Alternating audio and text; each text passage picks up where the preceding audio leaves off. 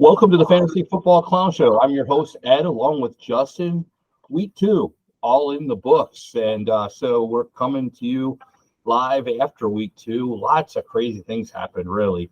And anxious to kind of get Justin's take on some of the things that happened around the Clownheads community as well over the course of the last week, and some of those kind of crazy things. If you guys would just take the time to hit the like button, hit the subscribe bell, and then maybe leave some comments down below. That's just really helps us in our algorithms as we go forward. So we're going to jump right in, Justin, to another week that is, and I'm going to bring up the Clownheads DraftKings. And this tournament, we're going to really put a focus, I think, on getting this underway on Saturday, just to get some more attendance in it, if you will. We really had a lot of people in there week 1, and then Justin took all that money, and then week 2, neither of us took the money. And as you see, I actually got third place with a pretty poor score because there wasn't enough people in there to take my money. So, we got Justin's money this week, but you didn't take my money. So, the goal should be how many people can we get in here to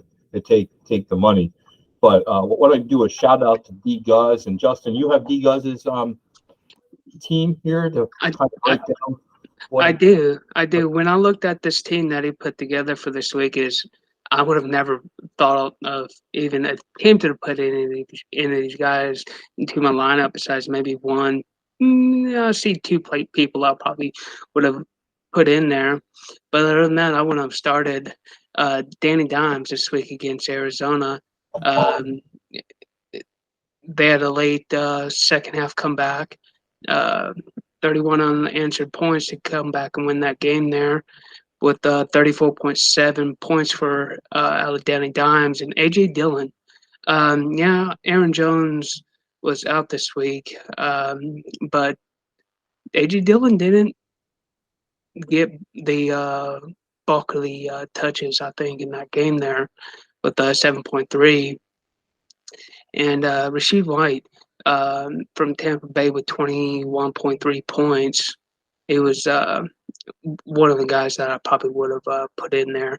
Deebo Samuels with 22.1 this week. He had a pretty decent outing.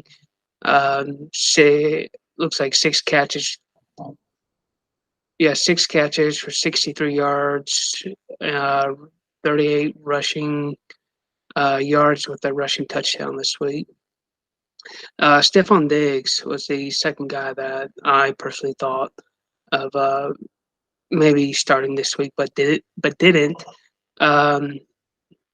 With 7 catches for 66 yards, 13.6. Mike Williams, 16.6 points for him as third wide receiver spot.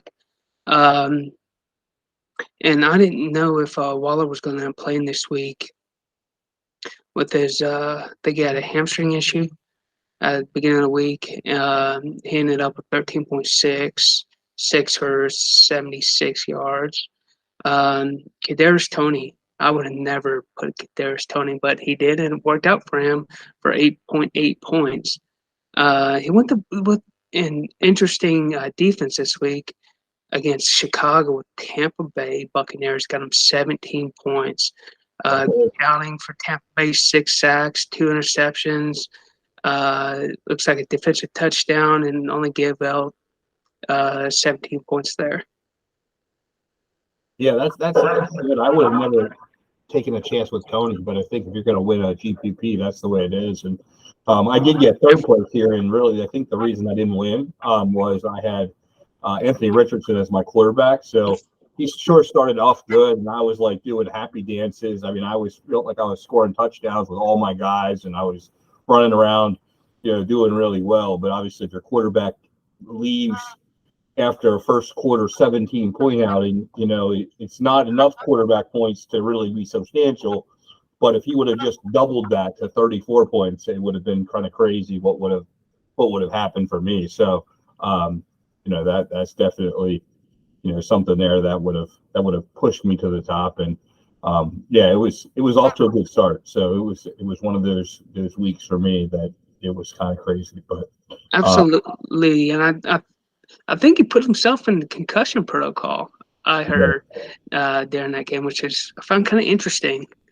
Doctors cleared him. I guess he decided play it safe, which Well, is respectable. I guess it's important to really take this seriously. So maybe he's just not sure where that goes, and we'll see what the practice reports look like this week as far as that goes as well. So yeah, gonna encourage everybody to really jump in and be a part of this. We'll try to get this in the Discord. So if you want to be part of our DraftKings tournament this week, really encourage you to reach out to any of us, and we'll get you an invite and get you in there.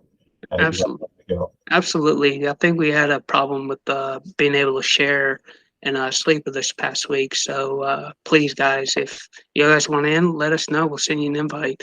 We'll definitely work on trying to get this set up earlier during the week to get everyone at least in there, and you guys can set your lineups when you got time. Yep. And then moving on to the Beat the Clown, we only had 2 of them this week, and Justin, you were one of the 2, and I had the same lineup in here, and so I was able to get on top of both. But if you get in that tournament, you also have the opportunity to win that money back that you put in there by just simply beating my lineup. So it's a kind of a good way to go double or nothing. You get in the tournament, and then you put another 10 at the problem and go after me, and I might pay your tournament entry each week. So that's how you can do it. And so we have up to 10 entries, and I think, like you said, there was some trouble with that this week. So definitely, if you don't see that you're that it's completed or filled, let's just reach out to us. We'll try to get that done. I mean, it's sort of one of the things we do as a fun item around Clownhead community. So, it's not something that we're professionals at by any means, but it's just a way for me to basically pay your tournament entries. So, that's for up to 10 people each week. If you can beat me, then I basically pay your tournament entry. So, just kind of some fun, and we'd like to see that tournament grow and see if we can use all 10 of the spots here. But we'll just do a shout out to me for this week, because normally you guys beat me, but I beat Drubert and I beat Justin this week. So that's kind of what we have. Yeah, and I think you're referring to Tim for the facing you straight up, right? Not Tim for the tournament. I think there's 25. We can even make that tournament bigger as well. Yeah. We're going to limit the head-to-head versus me for the first 10 people have a shot to really get their tournament money back. But yeah, we'd love to even get that thing to 50 if we could. But yeah, we'll start small, and we'll take what we can get. But a lot of fun around the Clownhead community to see who is maybe the best at playing daily, and so that's kind of where we are.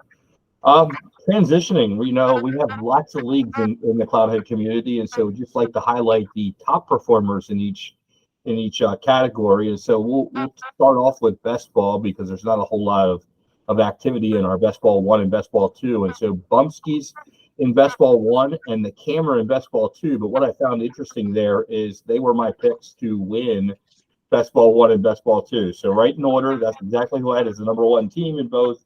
And they came on, and the Camera, he took over for me, who was in the lead going into week 2. So, I'm kind of giving away. I think now I'm in the middle of the pack all of a sudden after 1 week. Kind of went from first to last. No, first to middle. Just right away. Looking at the best ball with roster moves and trades, and so that's best ball A, best ball B. We have Oogie Boogie and King Kong 34. Another just kind of highlight here, we also had Oogie Boogie and King Kong 34 as the teams in first place here with our projections. So week 2 for these 4 best ball leagues, we actually kind of have that pegged exactly perfect from our preseason rankings. So kind of interesting how that really worked. And Oogie Boogie took over for you, Justin. You were in the lead last week, and yeah, all of a sudden you've given away there. So that's, I guess we have other people taking over for us is kind of how that works. Looking at redraft in Clown 1, I actually took the top spot this week.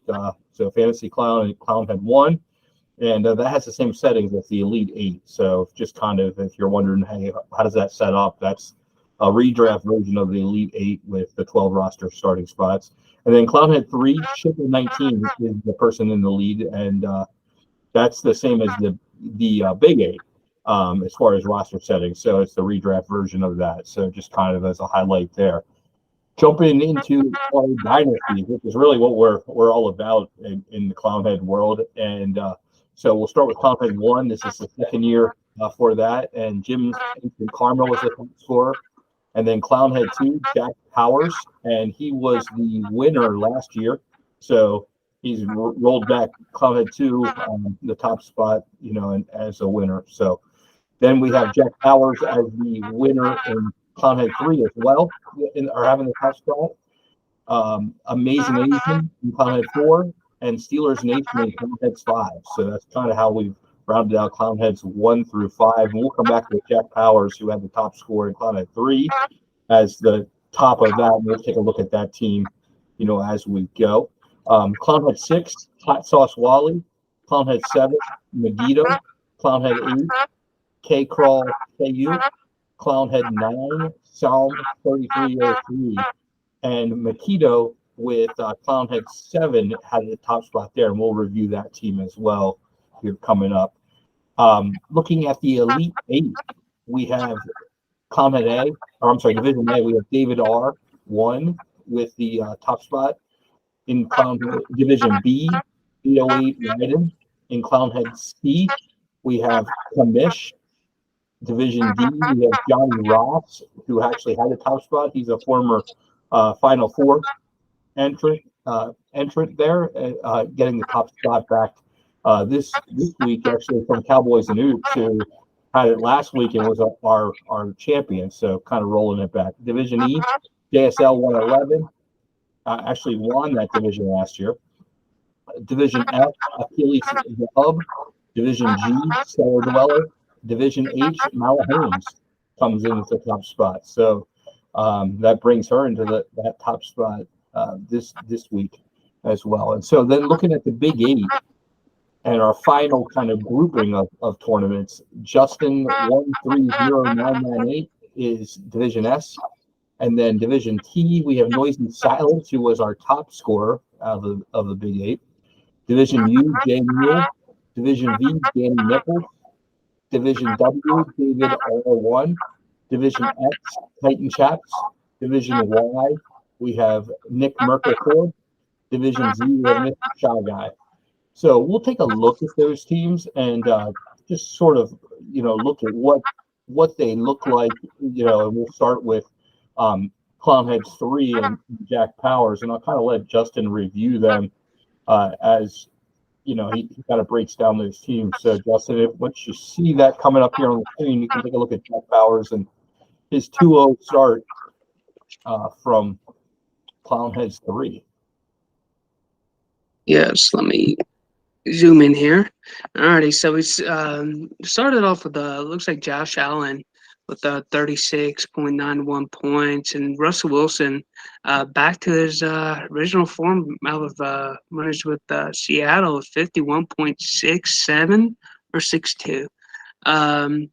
Jamal Williams left the game with I believe the hamstring.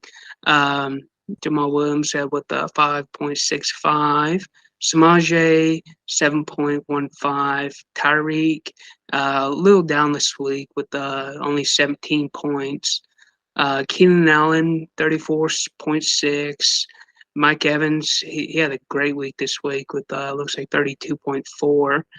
Michael Thomas with 14.5. Travis Kelce finally got back on the field and caught a touchdown this week for 20.6 points. George Kittle looks like 13.5 points. Hunter Henry is looking like the next trusted guy there, and for New England with looks like 29.7. Tyler Lockett caught 2 touchdowns, 27.9 points. I feel like that's what made that really take off, is that Hunter Henry, started. Absolutely. Year, and he does have Tony Jones, but you would have never known that. So, that was going to be a player, and so it looks like he really, caught lightning there with Hunter Henry, and then I feel like as we look at all these teams, we always look at the Kelce teams as the winning teams, right? They seem to do really well. So looking at Clownhead 7, Megiddo, we can take a peek here and he started off 2-0 as well. So. Yeah, looks like we'll start off with Lamar Jackson with 35.88 points. Derrick Henry 28.25. Keenan Allen had another a good week with 34.6. Chris Godwin 11.8 points. Juwan Johnson looks like 7.3 points.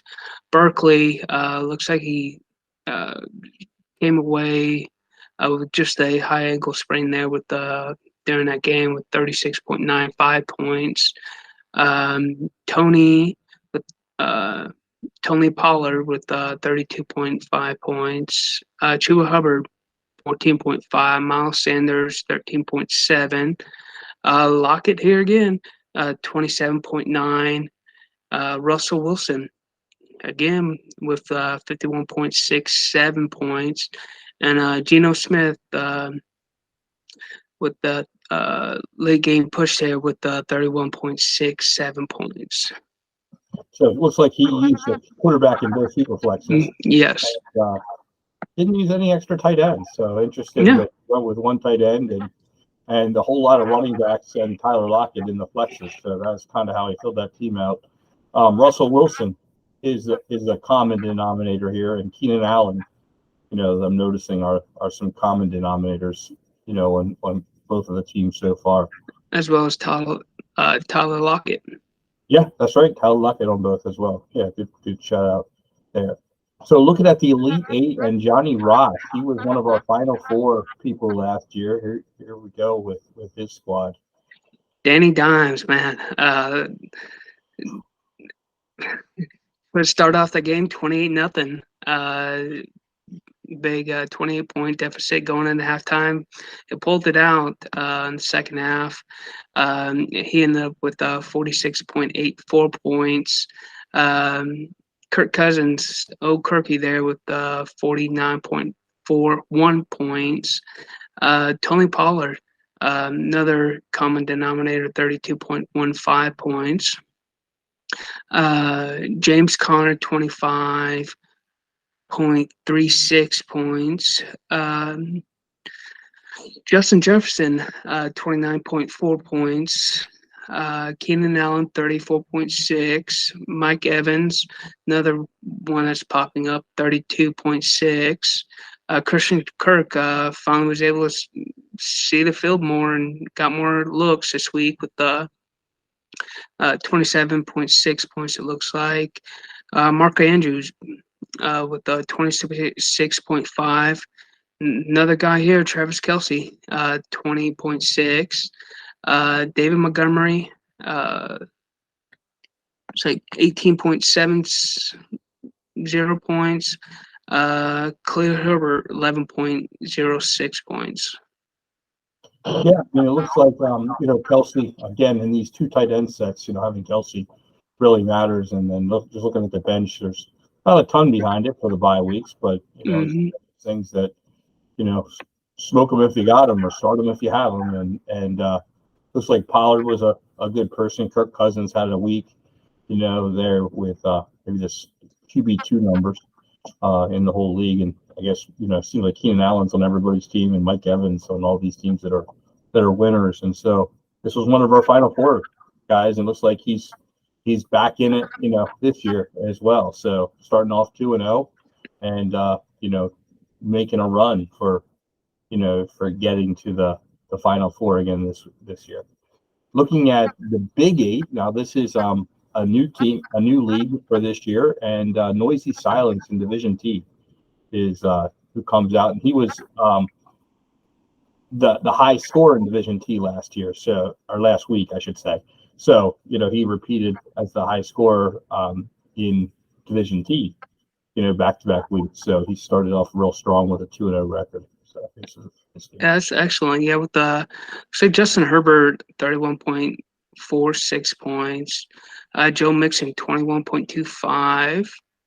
Juwan Johnson seemed kind of disappeared this week, kind of like last week, 5.7.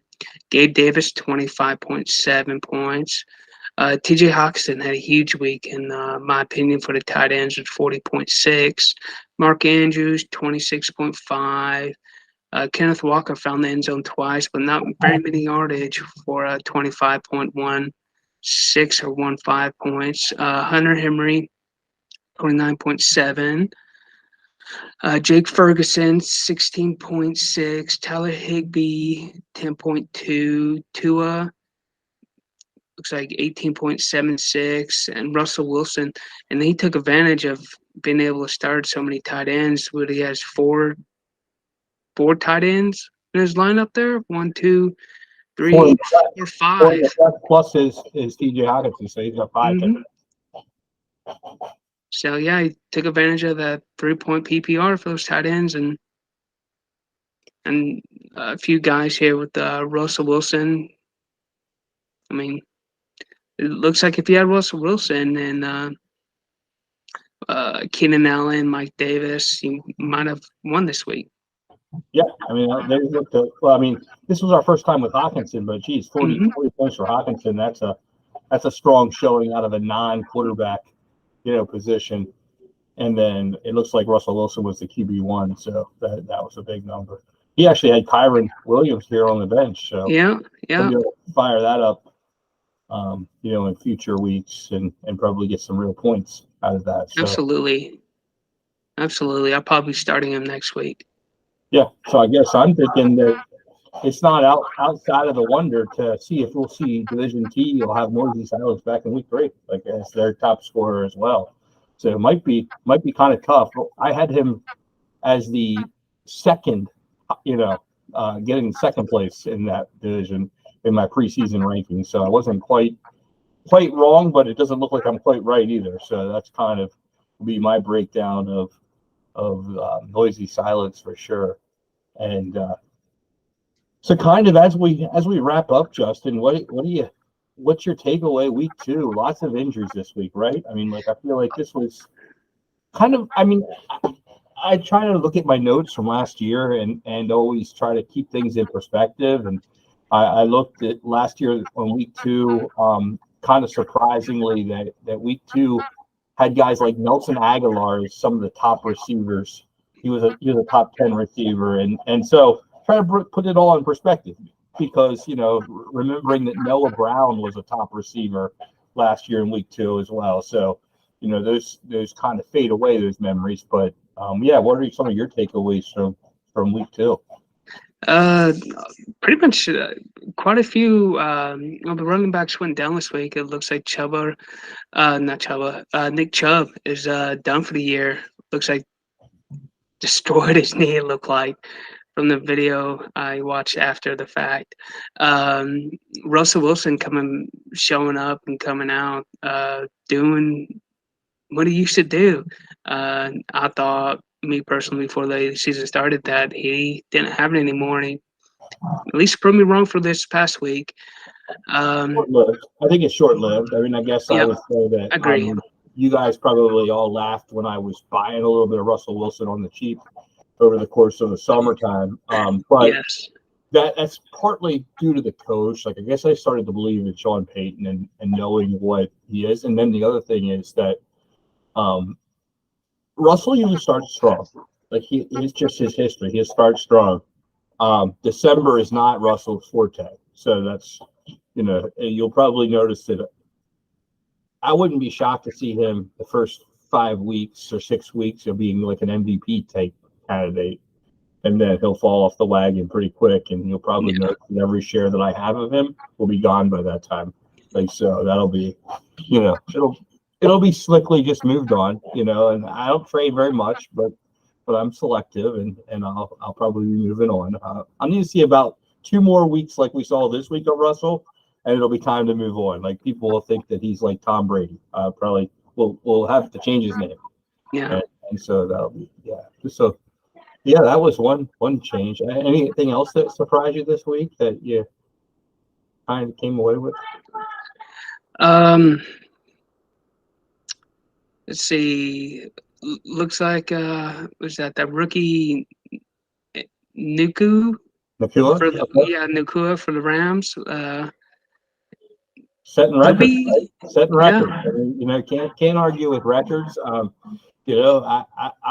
know in our group chat, I say I feel like I need to see it. I don't think that we've seen defensive coordinator scheme against him yet. Like, I think it's fair to say that week 1 nobody saw him coming. Week 2, they said it happened one time, and one time's a fluke, 2 times is kind of a pattern, and 3 times is a trend, right? So, you kind of have to see it a couple of times, and I would expect that this week, there'll be some more scheming to it.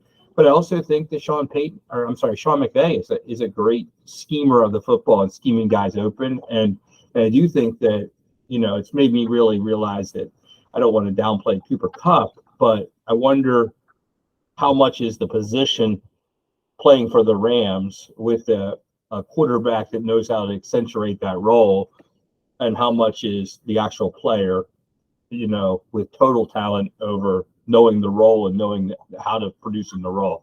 And so, we'll see. I guess we're kind of wait and see. I guess my recommendation, as you guys, if you watch also our trade show, is that, patiently watch, right? Like, you just patiently watch. Like, there's no reason to act hasty. It's just kind of watch.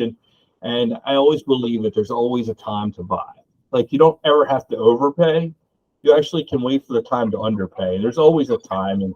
And my example will be that if you wanted to buy Jamar Chase, buying him at the end of last year wasn't a time. Yeah. Buying him at the draft this year wasn't a time. But maybe now would be a time.